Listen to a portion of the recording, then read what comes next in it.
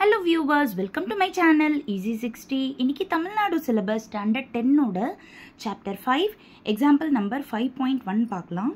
chapter 5 பொறுத்தவரை 10th standard பசங்க ஈஸியாவே 2 5 mark 2 2 mark கண்டிப்பா எதிர்பார்க்கலாம்.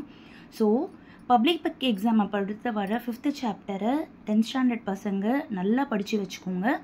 என்னோட அப்கமிங் வீடியோஸில் நான் 5th சாப்டரோட important 5 marks கவர் பண்ண போகிறேன். So please keep supporting my channel. இப்போது எக்ஸாம்பிள் நம்பர் 5.1ல் ஏரியா ஆஃப் ட்ரையாங்கிள் கேட்டிருக்காங்க. 3 வெர்டிசஸ் கொடுத்துருக்காங்க. இதுக்கு ஏபிசின்னு நேம் பண்ணிக்கலாம்.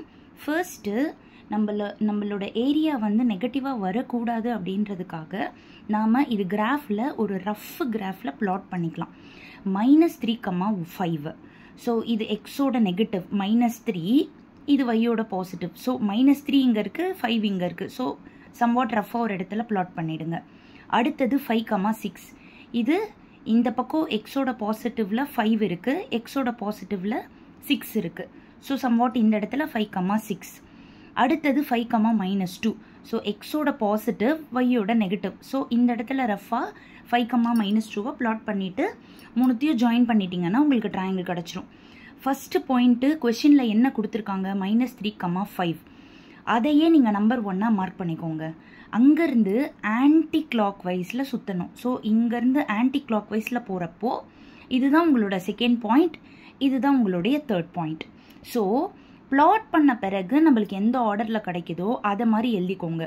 இது ஃபஸ்ட் பாயிண்ட், இது செகண்ட் பாயிண்ட், இது தேர்ட் பாயிண்ட்.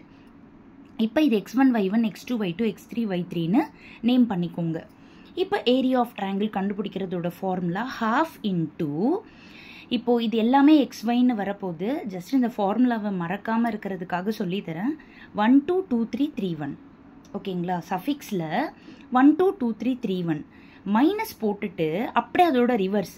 அதாவது இங்கே 1 2னா இங்கே 2 1 போடுங்க, இங்கே 2 3னா இங்கே 3 2 போடுங்க, இங்கே 3 1னா இங்கே 1 3 போடுங்க. அவ்வளோதான், ஃபார்முலா படித்தாச்சு.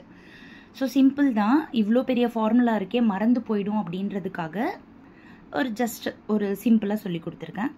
ஸோ ½ இன்டூ கரெக்டாக பார்த்து x1ஓட வேல்யூ -3, y2 வந்து -2 plus x2 y3. So 5 into 6 plus x3 y1.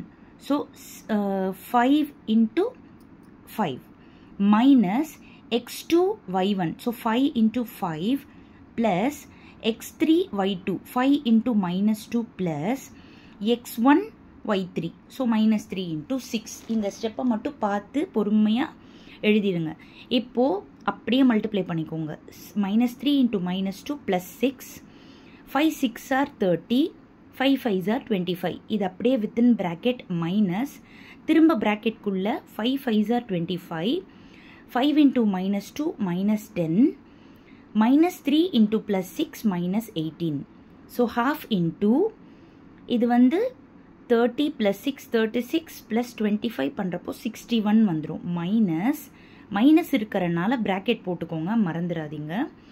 இது -10 -18 வந்து -28 ஆகிடும். அப்போ -28 + 25 வந்து -3 வந்துடும். இப்போ நெக்ஸ்ட் ஸ்டெப்பில் 61 மைனஸ் இன்டூ மைனஸ் +3 ஆகிடும். So 64/2, which is 32 square units. So area of triangle is 32 square units. Area of triangle அப்படின்றனால square unitsனு போட்டிருக்கோம். ஏரியான்றனால square unitsனு போட்டிருக்கோம்.